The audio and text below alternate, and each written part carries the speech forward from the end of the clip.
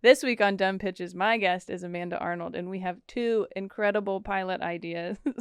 A vampire that kills shitty comics. Whoa. Or park moms.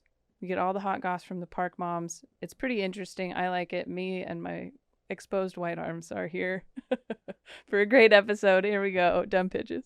What a bunch of dumb pitches. Oh my goodness.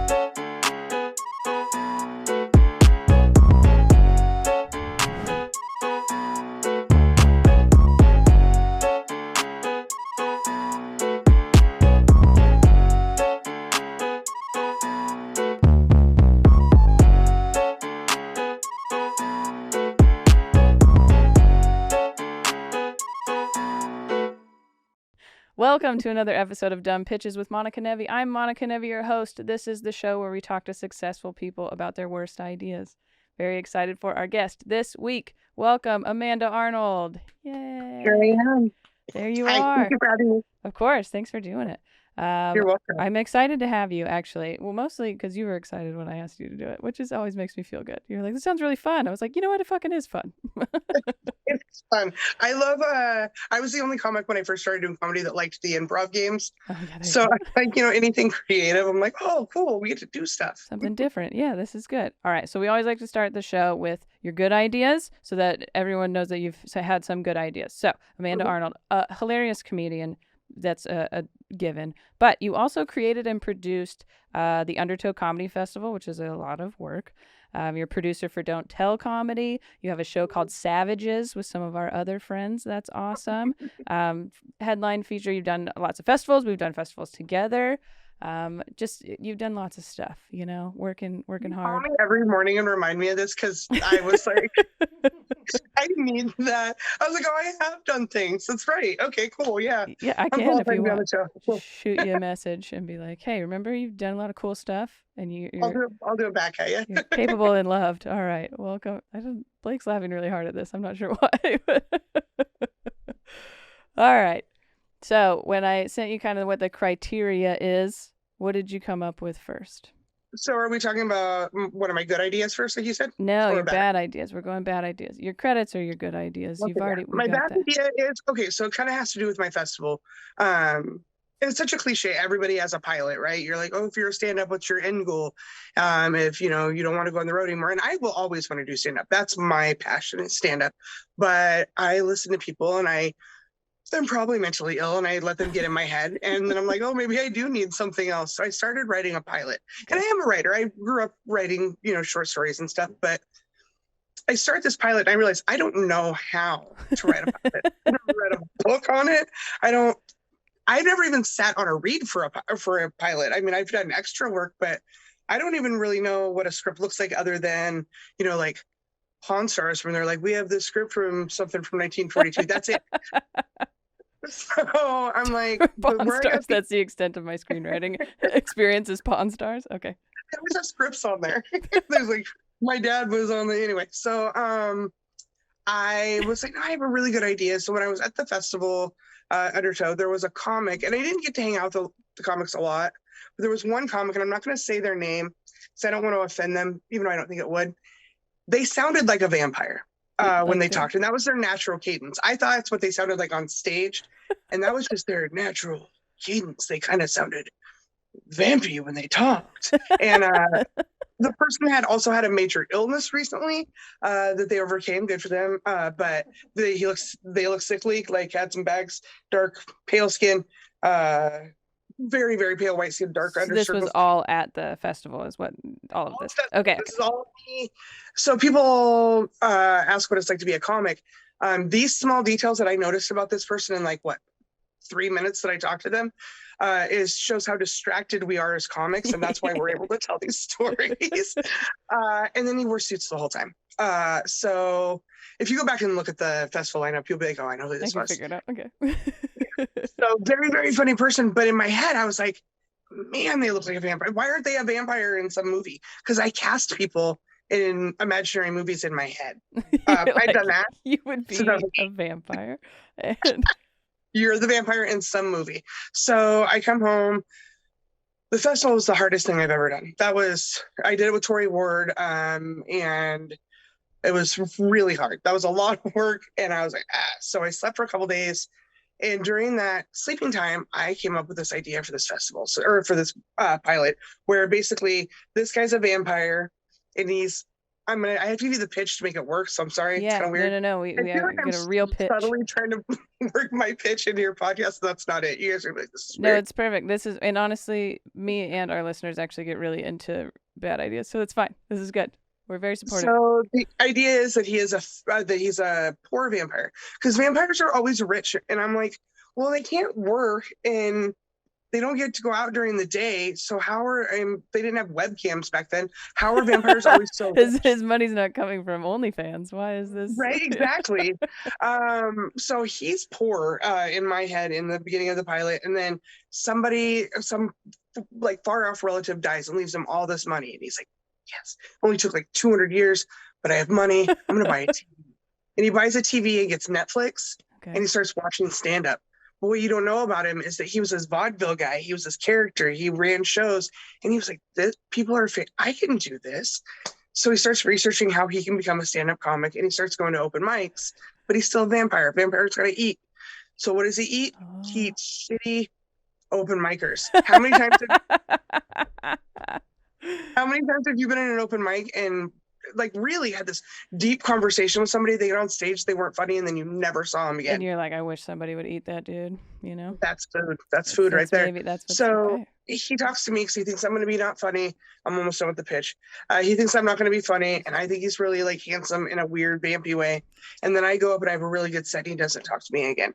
Next week I go back. He's talking super hot, like stereotypical Western culture hot chick. And then she goes up, eats shit on stage, and he leaves with her. And I was like, I hate it. So when I go to leave, he's in the car and I catch him eating her.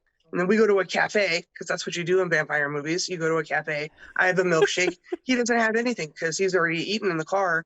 And he's like, vampires are real. And I was like, this is mind melting. I want to be a vampire too, because I'm a 40-year-old comic. I'm running out of time. Yeah. He's like, well, if I do it now, this is who you are for the rest of your life. Are you okay with that? And I'm like, what do you mean? He's like, mentally, physically, everything. This is who you are forever. So the whole first season is me trying to get to my forever body. I'm trying to lose enough weight to become a vampire that's hot enough for my forever body while I teach him how to do stand-up. I pitched this on mushrooms at Big Sky to don't eat mushrooms at festivals, kids. To people that I shouldn't have, and it was awkward for the last 3 days of the festival. You were there. I'm surprised you didn't. Yeah, I didn't hear that. No, I had plenty of other awkward encounters with the industry on my own, so that's good. But we're all kind of awkward anyway. Yeah, it's weird. Anyway, it was microdose. It was tiny a little bit, but I still am so. This is me sober. Like it's daylight out.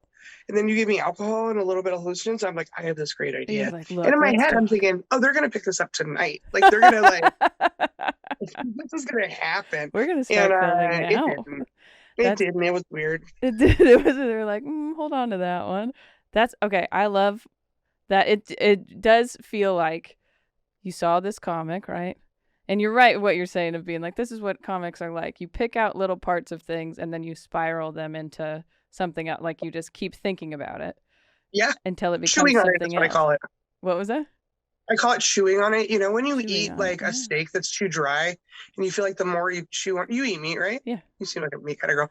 The more you chew on it, if it's dry, it just gets bigger in your mouth and you're like, how am I going to swallow this? That's what those ideas are to me. I'll just chew on it for a week. And it's like, and finally it has to come out. And it's not always to the person. Pretty, yeah. I like that it's almost, the story almost sounds like a bit of a fantasy of yours. Like you know what I mean? You're like, what if are you attracted to vampires? Like in vampire culture and stuff, were you like into that or? No, but okay. I'm real scared of getting too old. So, like. Okay. So that part does. I like that twist a lot of the that the both of them are getting something from the other, like this was. Yeah, you have that backstory. Like there would be scenes of me like going into the bathroom, but people are so like triggered now, and I'm not talking shit about it, or I can cuss. This is the internet. Yes, no, of course, yes. I'm just saying that we're not supposed to really talk about like whatever. There'd be videos of me going to the bathroom with like ice cream, and then in the next scene you see me going in there with like 3 toothbrushes. It'd be really anyway. Okay, so when you find him eating this other comic, this open micer, all we got was that then you go to a cafe. Was there any acknowledgement of, were you scared when you see them? Yes, I was scared that I was taking too long, so I skipped.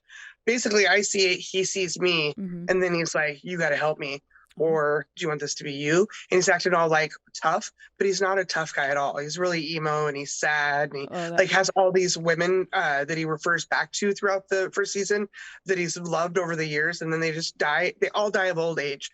None of them like die young. They all like live to be 90, and he's like, "Oh, my heart hurts and I miss them." But I had helped him get rid of the girl, but it doesn't happen for a couple of days because we forget about her.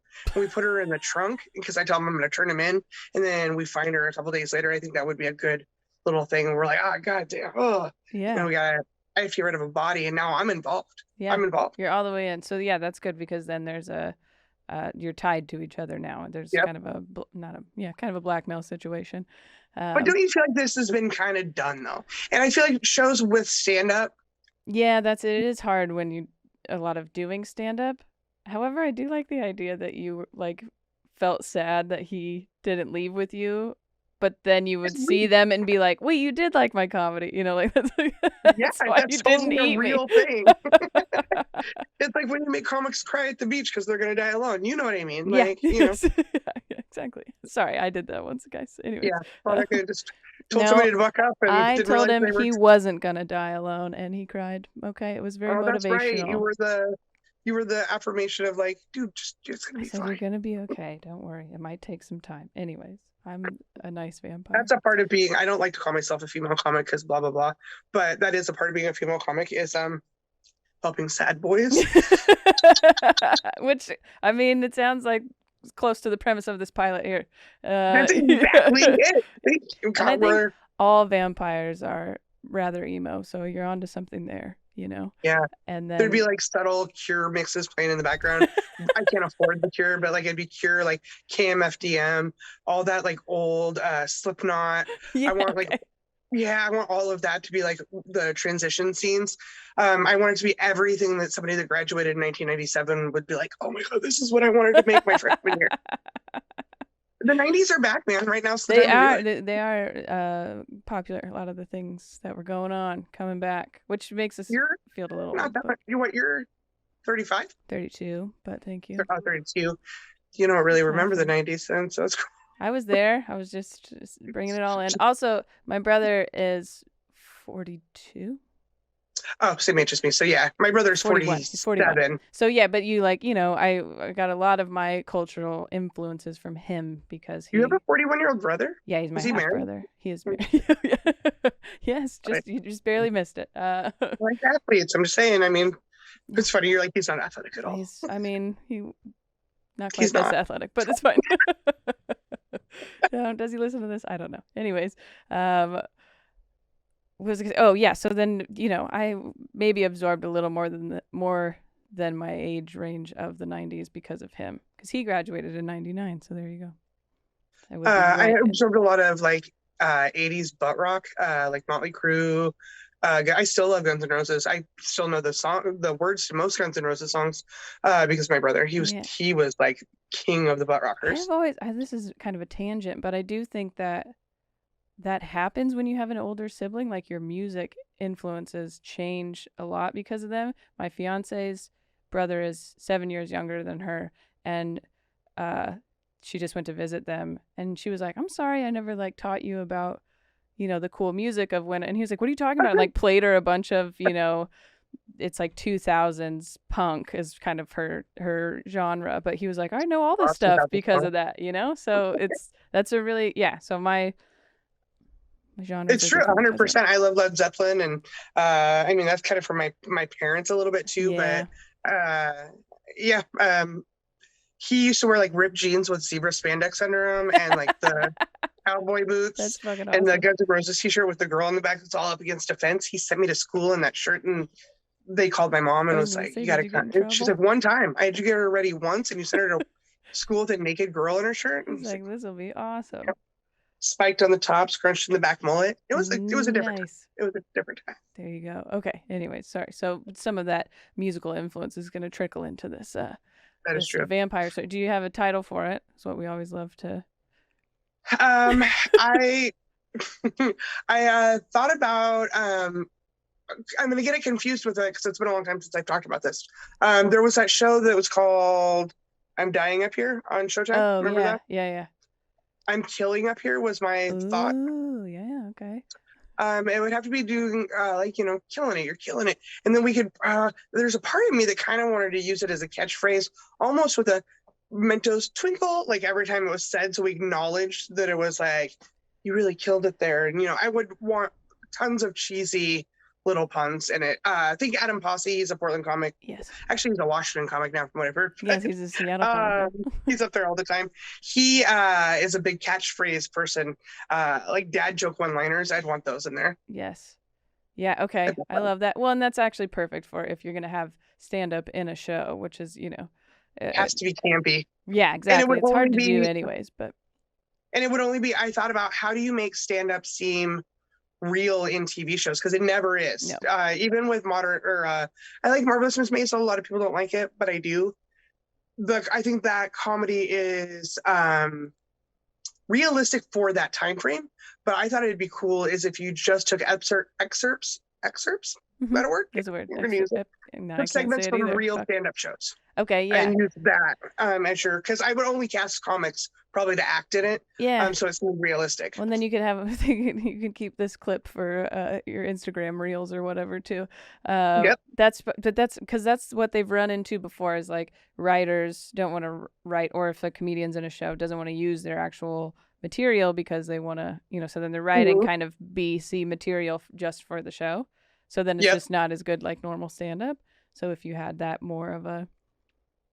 I would be like, hey, I'll pay you for some of your old shit that you're not using anymore. That's fair, yeah. Because you're not going to make... You can either make $20 off that joke or you can just let it die. Yeah. I mean, what do you want to do? That's true. And then those jokes are the ones that come off the easiest anyway. Have you ever gotten on stage before, like you weren't expecting to get on stage, or... I'm not advocating this, but I got on stage and you're like, ooh, I'm a little drunker than I thought. Yeah. And you go into a weird autopilot of third-year jokes. You're like, I just know these by heart. I'm a Teddy Ruxpin comedian. And you're just like, and they come out word for word the same. Well, sometimes I'll be in my head and I'll be like, am I saying this right? And then I'm like, yeah, no, I'm saying it right. Like, I'm not even thinking about what I'm saying, though. One time I was going to Denver to work and I got there kind of late on a Wednesday or Thursday or something, and there was an open mic and I was staying with another comic, so I was like, oh, I'll just meet you at the open mic with no intention of going up at all. And it was like, gonna be halfway through the mic, I'll just hang out, say hi to the people from Denver that I know, and then we'll go somewhere else. As soon as I get there, they come up to me and they go, okay, you're up next. And I was like, what? Why? Yeah. And I was like, hair up, sweatpants, like no makeup, which I'd never like. That makes me feel uncomfortable, even though it shouldn't, like to be on stage like that, just because I never am. And then I had also taken an edible. So I was like, hi, too.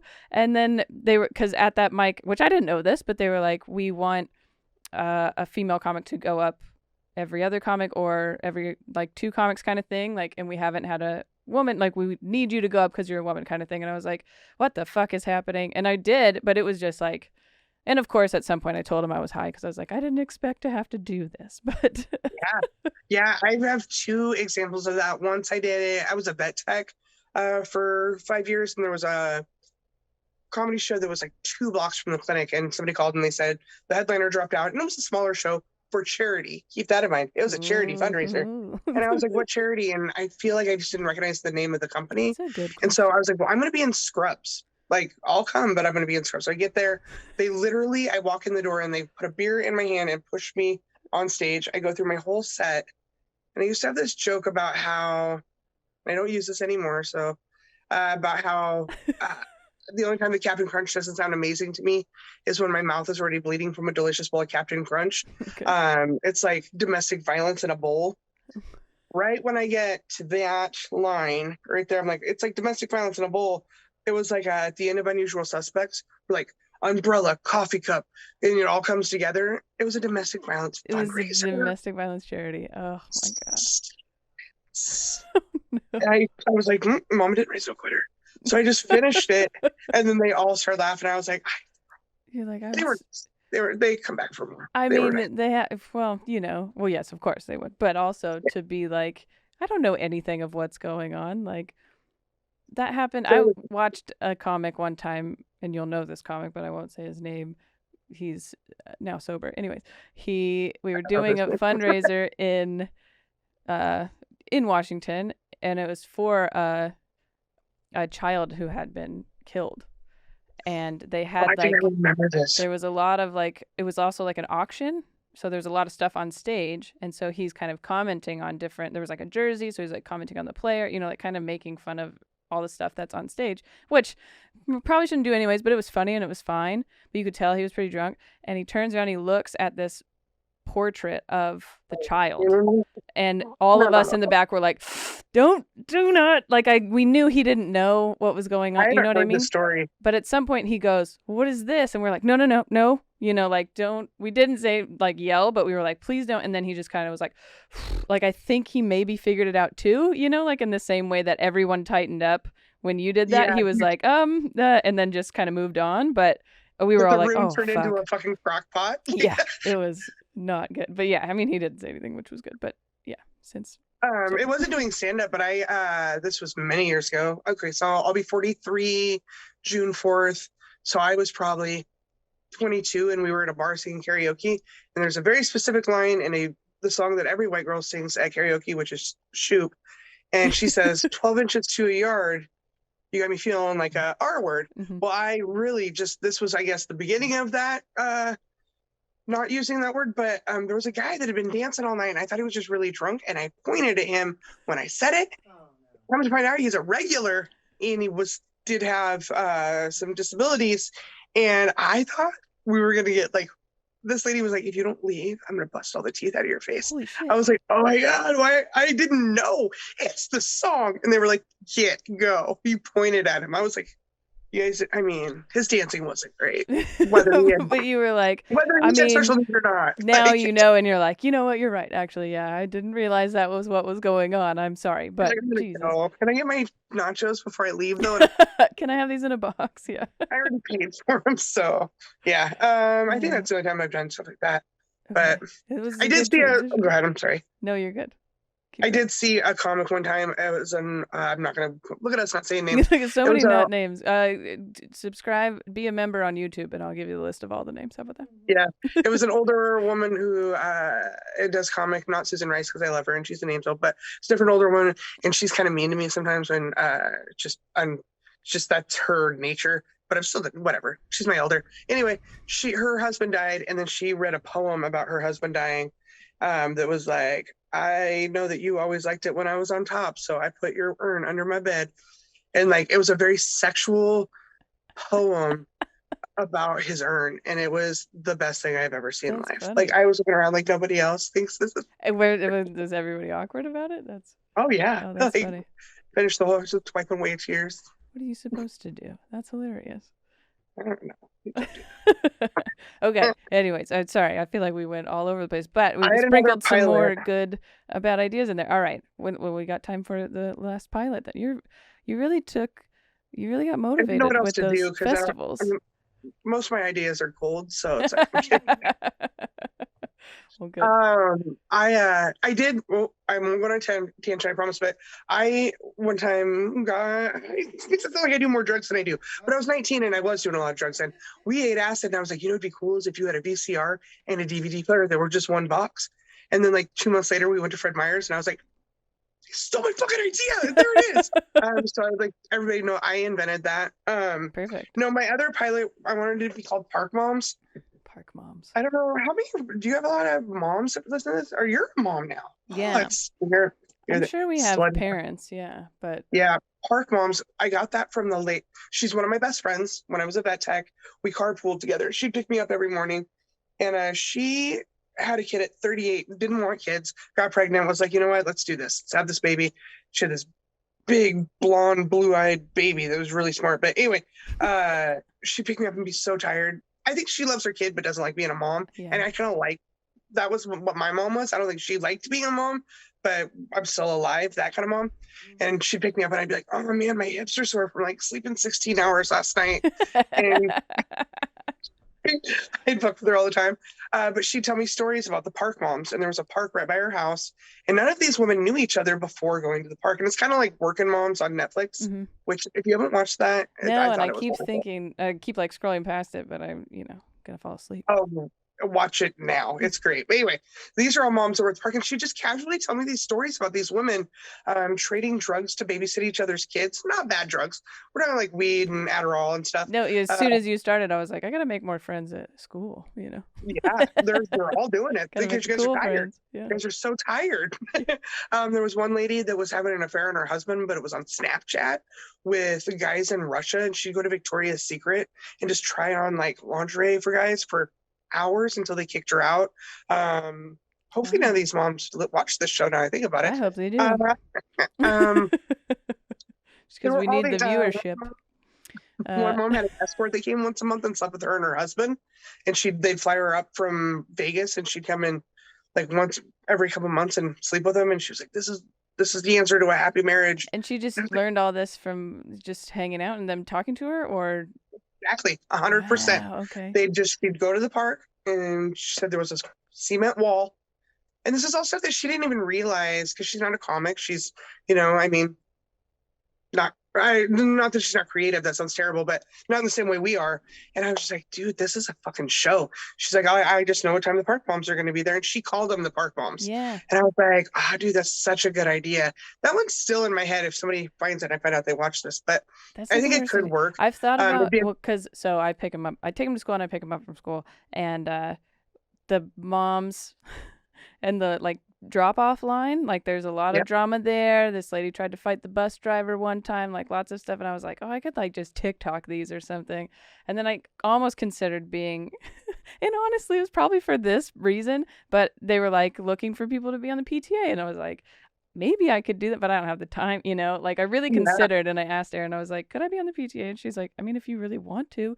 But then I was like, but then you'd know all the drama. Like, I want to know all the parent drama. Fuck, I don't give a shit about the kids' activities. But say to us, she doesn't really want you on the PTA. No. That's a nice thing that people that are kind enough to date comics say to us when we want to do stuff.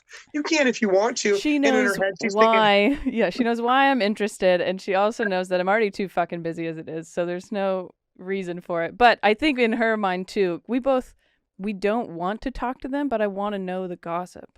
You know what I mean? Like I don't really want to be friends with the other parents, but I want to know all the I want the teachers to like me because they know all the shit, and then they'll tell you.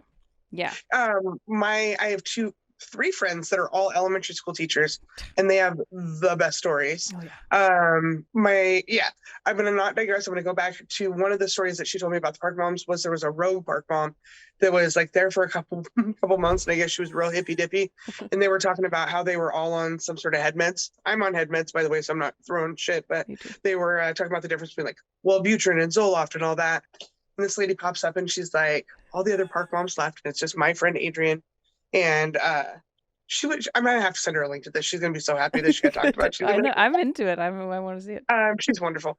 But she said that this lady was like, you don't need head meds. What you can do is every day just make sure that you hug somebody for 1 solid minute every day.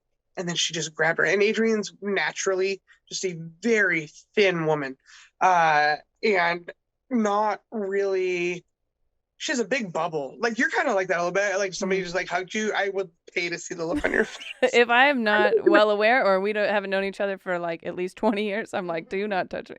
I thought you hated me for the first few years I knew you, and I was like, oh, that's just her face. No, yeah, that's just what my face looks like. Yeah, just face. That's her. And she said that she just sat there, and she was like, 1 minute is a really long. It's a really fucking long time to do anything that you don't want to. Quietly counting, so they knew how long the minute was. She was like 1,000, 2 1,000. To actually do that scene for a full minute would be fucking hilarious. That's so many like laugh, let it go, laugh again, like that's one of those. That's funny. She said she was trying to do the dip, where you're like, well, anyway. It's just arms straight down, like not giving anything back. Exactly. when we worked together, like it was all women that worked together at the vet clinic for the most part, except for a couple of the doctors were men. Dude, we got away with a lot because we're all women. So I would go up and just randomly hug people for a minute and see how long Adrian had time it and see how long I could hold them. Dude, I never made it a full minute, I don't think, I bet at all. not. I don't even know. I don't even think I would It's do a that with long Aaron. time. Like, I'm like, no, this is. I don't, It's like when I first started doing comedy. I mean, it's been 10 years. The stool humping was big back then. And somebody had a joke about how, oh, you want me to F you for a minute straight? Look how long a minute is. Then they humped the stool just for a minute. And you're Oh, just like, God. it's happening And right then now. that's not. I mean, anyways, it's You're not. giving everybody a bad name. That's my only thing. Is I'm like, just quit giving your group a bad name. Yeah. Like, Don't give the park moms a bad name with your long ass hugs. And long ass hugs. if you suck at comedy, you're gonna get eaten by a vampire. It turns out. So Yeah. I think those are good moral lessons we learned today. Here I am. They were Sprinkle. fantastic ideas, with some extra ones thrown in the middle with our pitching and our drug use and all that fun stuff. Where can people find you on the internet and come see you and all that stuff so that they follow you? Do things? They can find me on the. I want to go eat mushrooms with you in the woods and film things. I was gonna say that first. It's a weird thing to say, but I think we could probably make magic. Two. What do you think? Yeah. No, I agree. Me cool. We need a driver. They can find me on Instagram, Amanda Grace Funny Face. Just Google Portland Amanda Comedy, and it links to everything I found out. There you go. That's actually how I looked up all the cool stuff you've already done. So that's good. Thank you. I appreciate that. Thank you for being here. It was fantastic. Follow Amanda. Go see her live. Also, if you're on YouTube, you can subscribe to us here. We have YouTube memberships, you get bonus episodes, some of my stand-up, extra stuff. I'll tell you everyone's names that we bleeped out with our own. That's hilarious. Charge extra for that. That's so funny. You got to be on the top tier. No. $2 more, and I get to know all the. Oh, yeah, that's awesome. And then and if you're listening, subscribe, rate, review, all the things. This is a really fun, great podcast, obviously. So you should tell your friends about it. But right now, you can just. Oh, there you go. You can just keep watching. Keep watching dumb pitches. I'm sorry. No, that's okay. It was just funny that it like.